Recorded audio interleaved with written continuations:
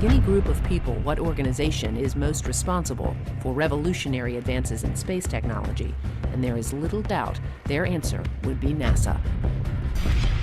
Clearly, over its long history, NASA has been one of the most innovative and exciting change agents the world has ever seen, proving that we can accomplish great things if only given a goal and the opportunity.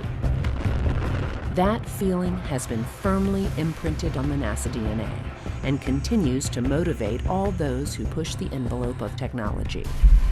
But rather than just rest on its laurels, NASA is moving to expand its role as a change agent in new and exciting ways. In order to do this, the NASA culture will need some minor tweaking first. Today's generation of NASA researchers are working to alter some outmoded practices of how technologies are developed and implemented at NASA. If these ideas take root, they have the potential to revolutionize NASA from the inside out. Coming up on this episode of NASA X, we will follow members of Space Technology's Game-Changing Development Program Office as they work to revolutionize and mature new technologies within NASA. We will feature a few of the many technologies managed by the GCDP to see how these innovative ideas are advancing the missions of today and missions of the future as well.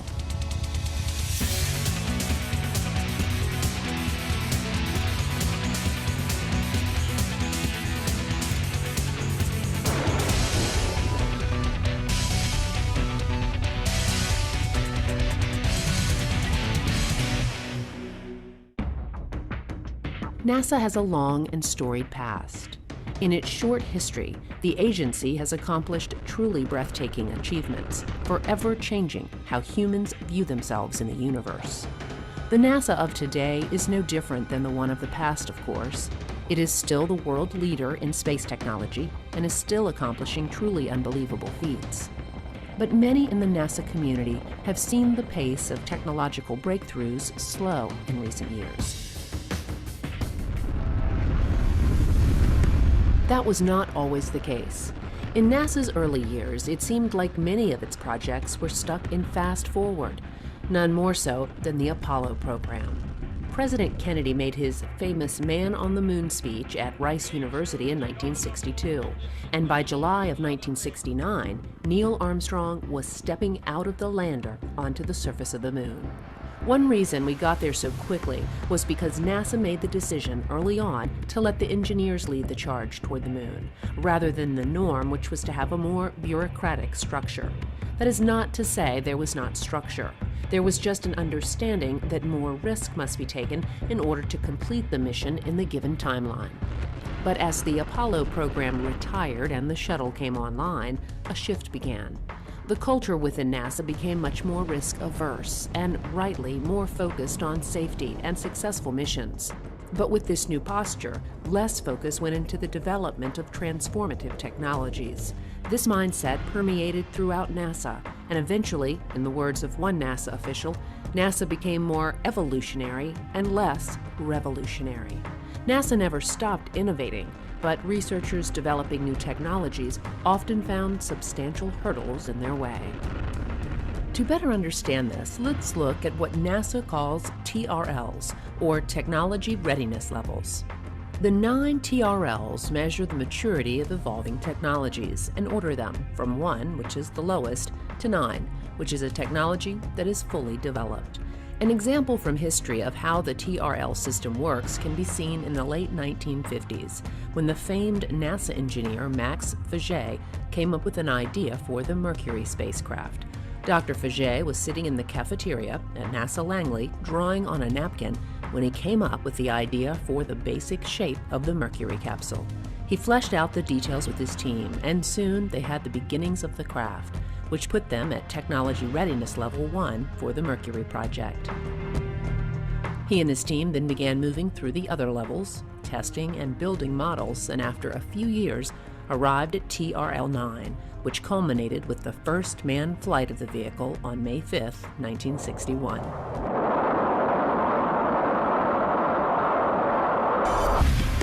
The same basic concept is still used today. Researchers come up with concepts and ideas and hope to move them through the early TRL stages all the way to full maturity. This system is the framework from which NASA engineers develop technologies, so it goes without saying that the TRLs are very important within NASA. But in the last few decades, many researchers have come up with great ideas only to find themselves stuck in the lower TRL stages.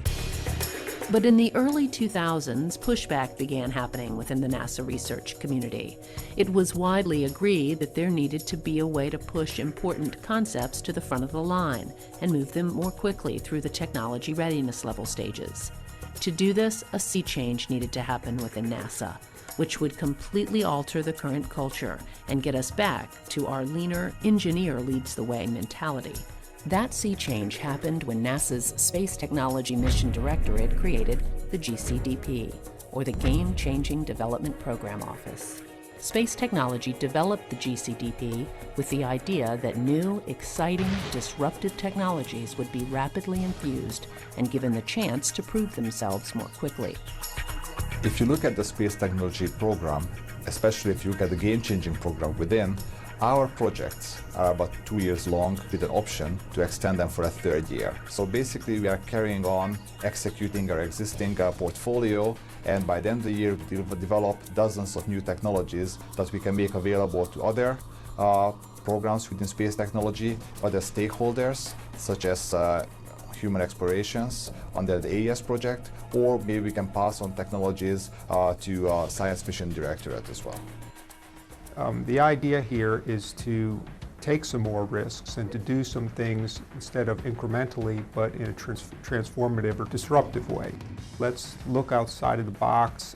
Let's look for completely different ways of doing technology. And so the idea is that we can afford to take risks and target technologies that will hopefully have orders of magnitude improvement that can do things that we've never been able to do before. With this idea firmly established, the team needed to begin looking throughout NASA to determine which projects would be first on the list.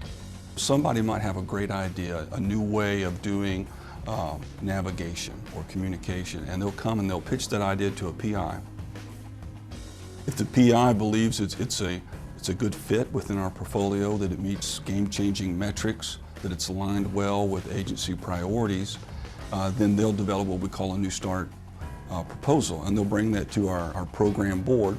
So they have to be a TRL3, and they've gone through the proof of concept. It's not basic research, it's not a scientist in the lab, but it's someone who's taken it and said, look, I've checked it out in a small way, a small scale, and it's proven itself.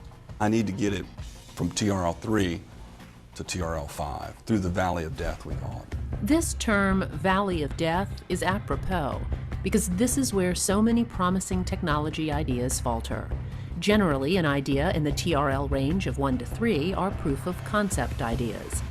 But once they get into the TRL3 range, more often than not, excess funding and time needs to be spent on them to move them forward.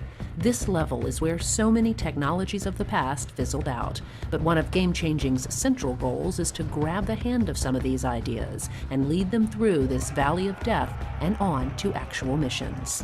What we are doing here in Game-Changing is we're taking a bunch of technologies in this 3 to 6 range, and we're rapidly advancing them. We can take selective ones, the best ones that we can find, we can advance them for a 2 to 3 year period. We can mature them from this lower TRL to where they can be used by projects and missions, and then we can go on to the next one and do it again and again and again.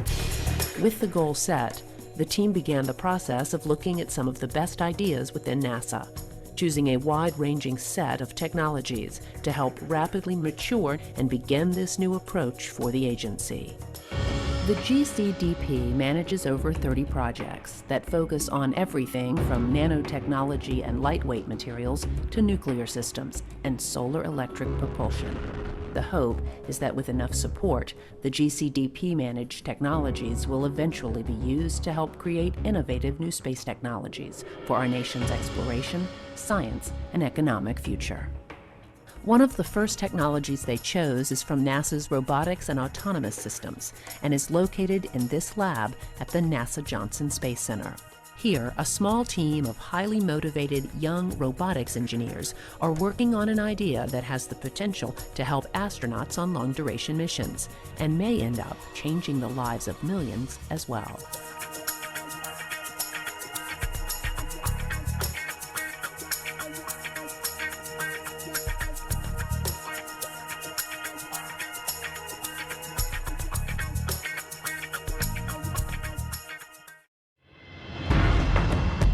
One of the first Space Technologies GCDP projects we will explore is located in this lab at the NASA Johnson Space Center. Here, a group of NASA researchers have come up with an exoskeleton that they call the X1. It has the potential to solve some major problems for astronauts on long-duration missions. This 60-pound assisted mobility device is worn on the legs of the wearer and is used to assist them in various ways.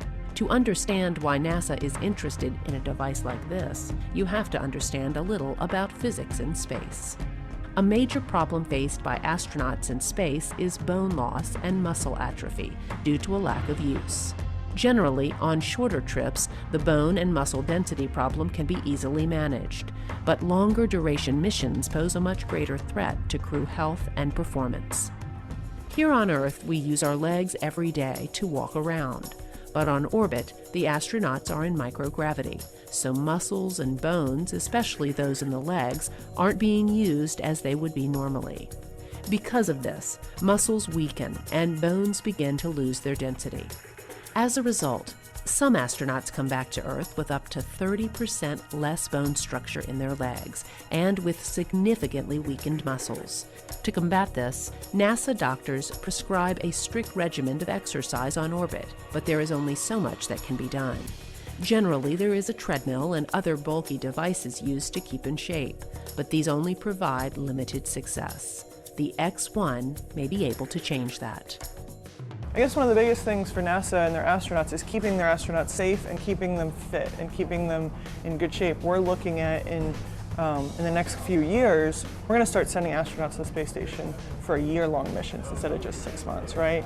And so how do we keep them fit? How do we look at muscle density loss and bone density loss and muscle atrophy and things like that? If we look at a device like this, look how much, you can see how much smaller and compact it is. And this is really going to hopefully pave the way towards smaller technologies for countermeasures that we can use when we're in a smaller capsule and we want to go back to the moon and L2 and Mars. So the goal on space station, we're looking at two different things right now. We're looking at it for dynamometry applications, which is basically measuring muscle strength. And so we've been working with the Human Health and Performance Group and saying, wouldn't it be great if we had a device on space station that we could use to measure muscle strength while they're up there? Because they don't do that right now.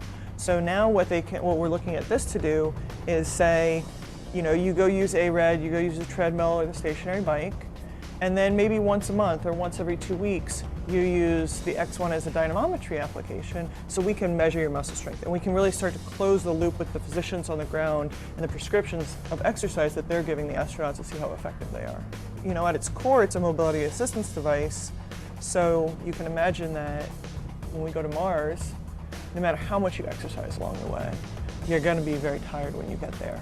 And so now, maybe we can use this not only for exercise, but you can use it for mobility assistance when you get there, because you're going to be weak. All your joints that are actuated, you can use them to resist you, or you can use them to assist you.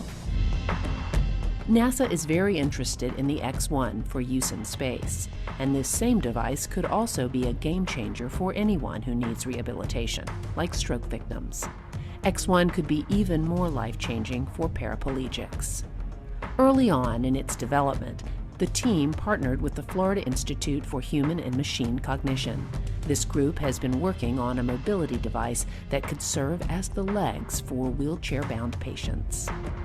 At that time, they had their own exoskeleton that they had developed called Mina V0, and they were really focused on mobility assistance, helping persons with paraplegia get up out of the wheelchair, walking again. And at that same time, we had, Robonaut, which we had just flown to space station.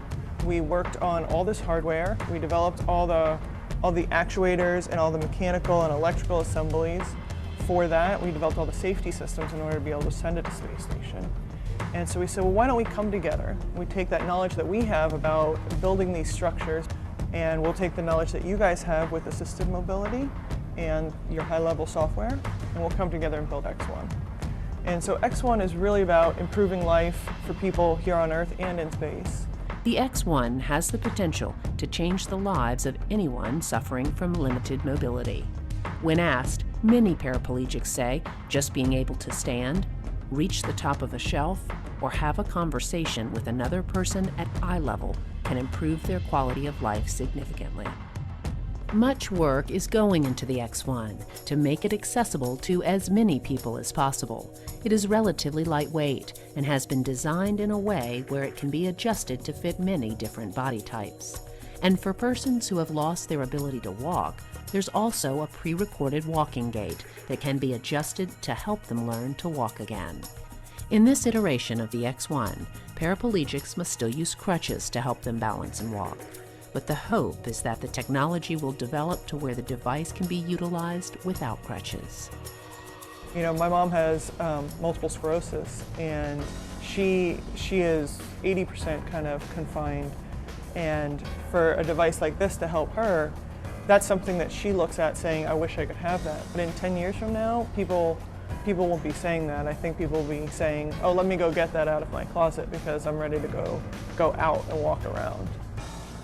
Sometimes technologies develop slowly and incrementally, and sometimes things happen all at once. It's a term, the tipping point. I think with this type of technology, we've actually found a tipping point where the actuation technology is there, the computation technology, the applications for spaceflight, and the willingness and people's interest in this type of technology. And all these things converging at once, I think that's what makes something. That's how the game has changed. All these technologies happen at the same time, and people are grasping that opportunity to really to make a difference. So it's not only changing the lives of astronauts, improving their health, but it's also improving lives here on Earth. We feel that it's not just game-changing, it's actually life-changing.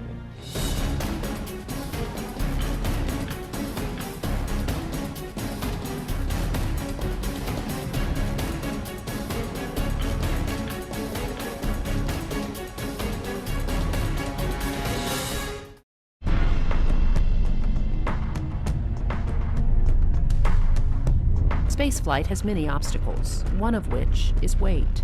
Any mission off this planet has a weight restriction. NASA has estimated roughly $10,000 per pound to get something into orbit, so weight reduction is a huge factor. If manufacturing costs could be brought down as well, millions of dollars could be saved on each launch. The challenge of creating low weight and less costly launch components is very attractive. The game-changing office is taking this challenge very seriously and has created a composite cryotank to offset additional weight and possibly save money. Current propellant tanks are made from metals like aluminum. As the name suggests, the composite cryotank is being made from a strong, lightweight composite material that have a huge upside when talking about saving weight and money. We started out the project looking at 30% weight savings over traditional state-of-the-art aluminum or aluminum lithium tanks. And we did a phase 1 activity with 4 contractors before we down selected to Boeing for phase 2. And out of that studies that we had, we were getting anywhere from like 35 to 40% weight savings. Every pound that you save in mass on a launch vehicle, you get that savings in payload. And it's depending on whether you're at the core stage or an upper stage, that ratios vary. But you do get significant savings. So you get more performance, you get more capability, or you get increased payload. The process of building the cryotank is not only cost-effective, the weight reductions could ultimately save millions during a mission. Current composite materials are cured in large ovens called autoclaves. This process can be very expensive, but NASA's composite cryotank is being developed out of autoclave, making it much less expensive. Saving the out of autoclave or the autoclave expense, meaning that normally you have this huge tank and it's a composite and it's got all these materials that are in it and you have to cure it in a huge oven. you got to maintain the oven, you got to buy the oven, you got to procure the oven. So if you can find a way to manufacture with the same technical integrity as a tank that's gone through the autoclave, outside the autoclave, you can cut development costs significantly. 30%, I think, is the number that they're saying. And not only development costs, but recurring costs. You make these tanks, it doesn't have to go into an oven. The way it works is a fiber placement head on a robot is programmed to lay down the material exactly where it is needed. This new process reduces costs, time, and most importantly, produces a better product. Because all of this technology is relatively new, the NASA team is using a process called the building block approach. First, they test small coupons or pieces of the material to make sure that it can measure up to expectations. It is then made into larger pieces and tested again. The project is currently at the point where a scale model 2.4 meter tank is being tested, with the eventual goal to build a full-scale tank to fit on a launch vehicle. The current 2.4 meter section is located here in this silo in the west test area at the Marshall Space Flight Center, under the shadow of test stands for the Apollo engines. Engineers have placed a foam coating over the tank and will then test it in a way that would be expected on a launch vehicle. We put the tank through the exact conditions that it would see in the launch vehicle. So we fill it with the cryogenic material, in this case it's liquid hydrogen, and then in the case of a launch vehicle, we may have to empty that. So we would fill and drain, pressurize, unpressurize, all to determine how the tank reacts to those conditions and loads. With this test completed, engineers can look for problem areas, fix them, and then move on to building the larger tanks. And if successful, this game-changing process can be adapted to other parts of a launch vehicle, making it more lightweight and less expensive. These are just a few of the ideas that are being worked on by the Game-Changing Development Program Office. But many more innovative ideas and technologies are being moved through the game-changing lane each day. And with each new development, change is coming to NASA that is allowing the agency to rapidly infuse technology and make smarter decisions about how to move forward and create different approaches while changing the culture. Much of the credit for this positive change can be placed directly at the feet of Space Technology's Game-Changing Development Program Office. Personally, I would love if 5 years from now somebody said they really changed the game. They made a difference for NASA. That's all I'd need to hear.